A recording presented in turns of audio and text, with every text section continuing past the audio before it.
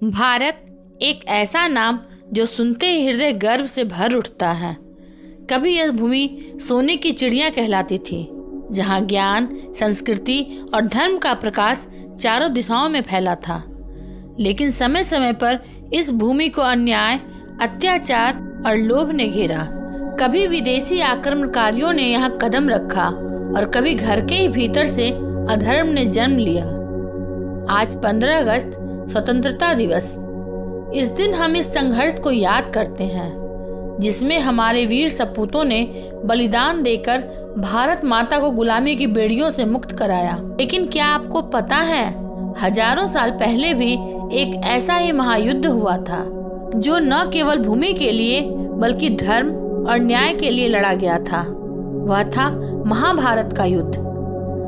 महाभारत एक ऐसा ग्रंथ जो केवल युद्ध की कथा नहीं बल्कि जीवन का मार्गदर्शन है।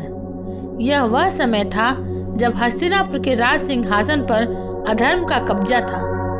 दुर्योधन और उसके भाई कौरव सत्ता और स्वार्थ में अंधे हो चुके थे। दूसरी ओर पांडव सत्य, न्याय और धर्म के मार्ग पर चलने वाले योद्धा थे। जब अन्याय अपनी सीमा पार कर गया, जब द्रौपदी के सम्मान की सरेआम अवहेलना हुई, जब सत्य को दबाने के लिए षड्यंत्र रचे गए, तब श्री कृष्ण ने कहा, जब जब धर्म की हानि होगी और अधर्म बढ़ेगा, तब तब मैं अवतार लेकर धर्म की स्थापना करूंगा। यही संघर्ष, वही ज्वाला हमें स्वतंत्रता संग्राम में भी दिखाई देती है। सिर्फ पात्र बदल गए। महाभारत में दुर्योधन और शकुनी थे, स्वतंत्रता संग्राम में अंग्रेजी हुकूमत। महाभारत में पांडवों के साथ श्री कृष्ण थे। स्वतंत्रता संग्राम में हमारे सेनानियों के साथ सत्य, अहिंसा और अदम्य साहस था। कुरुक्षेत्र का युद्ध, एक ओर अधर्म का अहंकार, दूसरी ओर धर्म का धैर्य। स्वतंत्रता संग्राम, एक ओर अंग्रेजी साम्राज्य का अत्याचार, दूसरी ओर भारतवासियों का अडिग संकल्प। अर्जुन कुरुक्षेत्र में खड़े होकर सोच रहे थे, क्या मुझे अपने ही बंधुओं के विरुद्ध शस्त्र उठाना चाहिए? स्वतंत्रता सेनानी भी यही सोचते थे, क्या हम अहिंसा से लड़ें या शस्त्र उठाएं? श्री कृष्ण ने अर्जुन से कहा, कर्मण्येवाधिकारस्ते मा फलेषु कदाचन। तुम्हारा अधिकार केवल कर्म पर है, परिणाम की चिंता मत करो। यही शिक्षा महात्मा गांधी ने दी। तुम सत्य और अहिंसा के मार्ग पर चलो, परिणाम अपने आप आएगा। पांडवों ने वर्षों का वनवास सहा, स्वतंत्रता सेनानियों ने वर्षों की कैद और यातना सही, लेकिन एक क्षण भी अपने संकल्प से पीछे नहीं हटे। महाभारत में भी और स्वतंत्रता संग्राम में भी इतिहास गवाह है कि जीत केवल तलवार से नहीं बल्कि बलिदान से मिलती है। अभिमन्यु युवा, तेजस्वी वीर, चक्रव्यूह को भेदने में निपुण, लेकिन बाहर निकलने का ज्ञान नहीं। फिर भी युद्ध में उतरे, जानते थे कि लौटना मुश्किल है, पर पीछे नहीं हटे। क्या यह कहानी आपको भगत सिंह की याद नहीं दिलाती?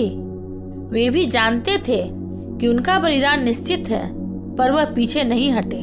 भीम युद्ध में सीधे और निर्णायक प्रहार के लिए जाने जाते थे। नेताजी भी मानते थे कि केवल राजनीतिक वार्तालाप से आजादी नहीं मिलेगी, इसके लिए सीधी और साहसी कार्रवाई चाहिए। दोनों की कार्यशैली थी साफ लक्ष्य, तेज कार्रवाई। स्वतंत्रता संग्राम में यही आत्म बलिदान हमें नेताजी सुभाष चंद्र बोस में दिखता है, जिन्होंने विदेश में रहकर अपना जीवन राष्ट्र को अर्पित कर दिया। भीष्म पितामह बाणों की सैया पर लेटे हुए भी युद्ध का मार्गदर्शन करते रहे। गांधी जी भी जीवन के अंतिम क्षण तक देश के लिए काम करते रहे, सत्य और धर्म की रक्षा करते हुए। युधिष्ठिर सत्य और धर्म के प्रतीक। जैसे सरदार पटेल ने देश को एकता के सूत्र में पिरोया, वैसे युधिष्ठिर ने विजय के बाद राष्ट्र को संभाला। इन सभी नायकों ने हमें यह सिखाया कि संघर्ष केवल जीत के लिए नहीं बल्कि आने वाली पीढ़ियों के भविष्य के लिए होता है। महाभारत का युद्ध समाप्त हुआ। पांडवों ने जीत तो पाई, लेकिन युद्ध भूमि पर केवल राख और आंसू थे। युधिष्ठिर ने कहा, विजय तभी सार्थक है जब उससे शांति और सुख की स्थापना हो। 1947 में आज़ादी मिली, लेकिन हमारे सामने सबसे बड़ा कार्य था राष्ट्र का पुनर्निर्माण, धर्म और न्याय की रक्षा करना, देश की एकता बनाए रखना और आने वाली पीढ़ियों को यह सिखाना कि स्वतंत्रता की रक्षा करना भी उतना ही जरूरी है जितना उसे पाना।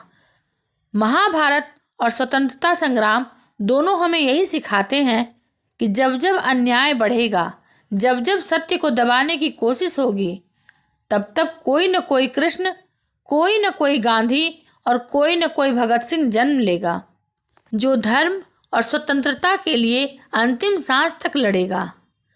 आज इस स्वतंत्रता दिवस पर आइए प्रण लें कि हम इस आज़ादी को सिर्फ मनाएंगे नहीं, बल्कि उसकी रक्षा भी करेंगे।